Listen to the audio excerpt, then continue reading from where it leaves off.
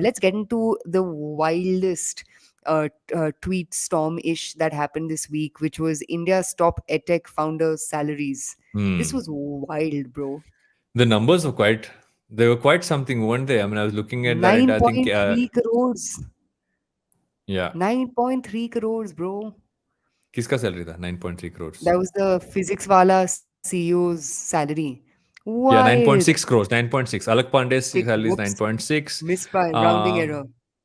yeah, and even like the Baiju's founders is what, 73 for Baiju and 80 lakhs.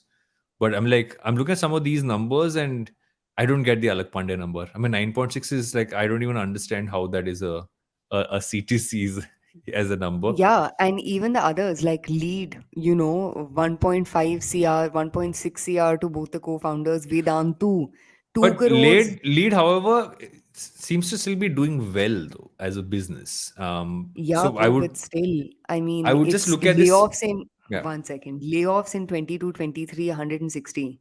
Hmm.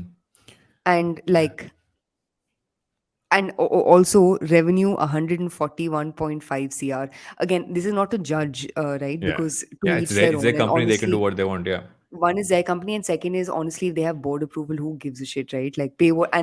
and I think the other thing that I want to clarify is nowhere am I endorsing that founders should not pay themselves well, because your job is to run the company and run the company like you Exactly. would run, any other company. So I'm all for founders earning what is due to them, and honestly, like if the lead guys, can quantify and qualify that 1.5 crore comp, so be it. But I had a question for you. How do you think companies should think of founder comp, because it's such a precarious topic, but Yeah. how would you evaluate it?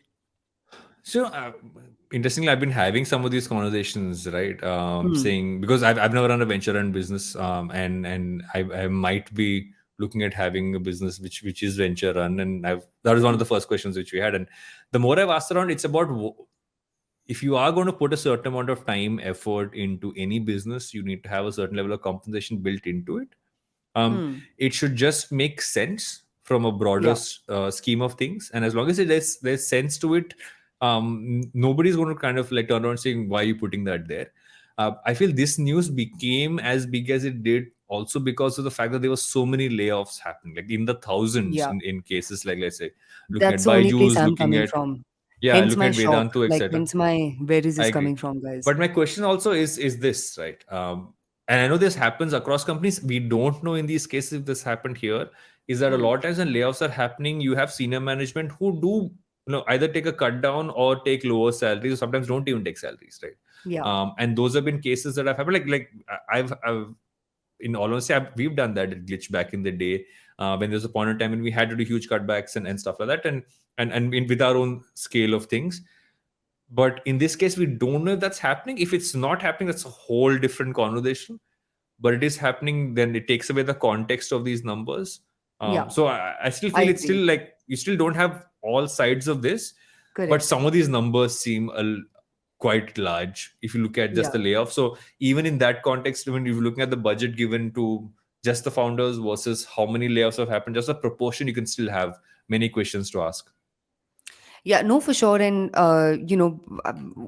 founder compensations are also such touchy topics, because Yeah. compensation isn't just in the form of how much you pay yourself, but for example, it could be, how much secondary exits you take.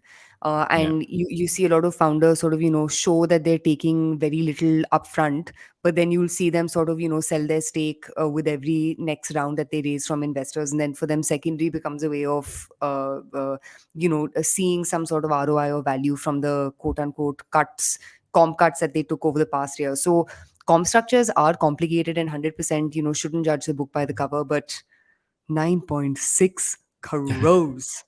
Whoa. Whoa.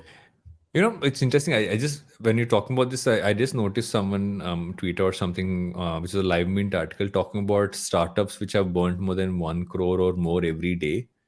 Oh, And wow. you have, companies like, let's say, a share chat, which is about 240 um, a day. You have minus Hmm. 240. There is Unacademy at minus 228. And I feel we're at this interesting point where I feel the questions around compensation, the questions around burn, everything else is coming Hmm. in, and I feel like we become this broken record on this podcast where we say that all of these are signs to look at, as much as you look at the venture space, as much as you look at everything, the entire, I would say, aura that's built around the startup space in our country and Hmm. across the world. um, Yeah. at the base of it has to be solid businesses that are actually moving towards making money.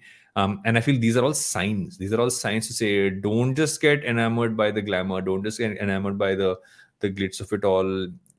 Are these going to be tangibly well run businesses which will make profits in the near future? It's not, you can burn, but are you burning in a way that you will stop burning at some point in the near future? And I Yeah. feel these are all signs of that.